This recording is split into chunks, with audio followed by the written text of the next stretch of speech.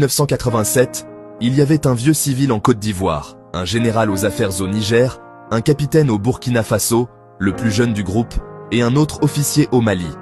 La cible prioritaire de la France était le capitaine burkinabé, et les relations entre la France et le capitaine s'étaient envenimées après la perte de la majorité à l'Assemblée française par le parti du président français. Les trois du Mali, Niger et Burkina travaillaient ensemble sur un projet de fédération des trois pays, le Liptako-Gourma. Aujourd'hui, en 2024, le parti du président français a perdu la majorité à l'Assemblée nationale.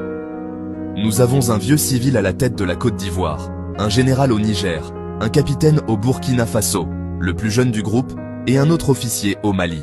Comme en 1987, c'est le vieux civil ivoirien que les néocolonialistes instrumentalisent pour chercher à assassiner le capitaine burkinabé, qui est la cible prioritaire de la France.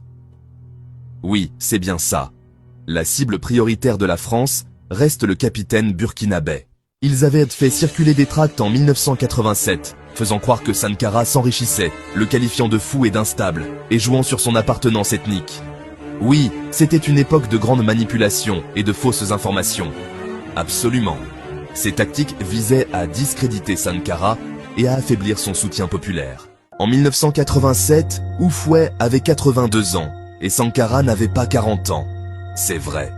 Et en 2024, Alassane Ouattara a 82 ans et Ibé n'a pas 40 ans.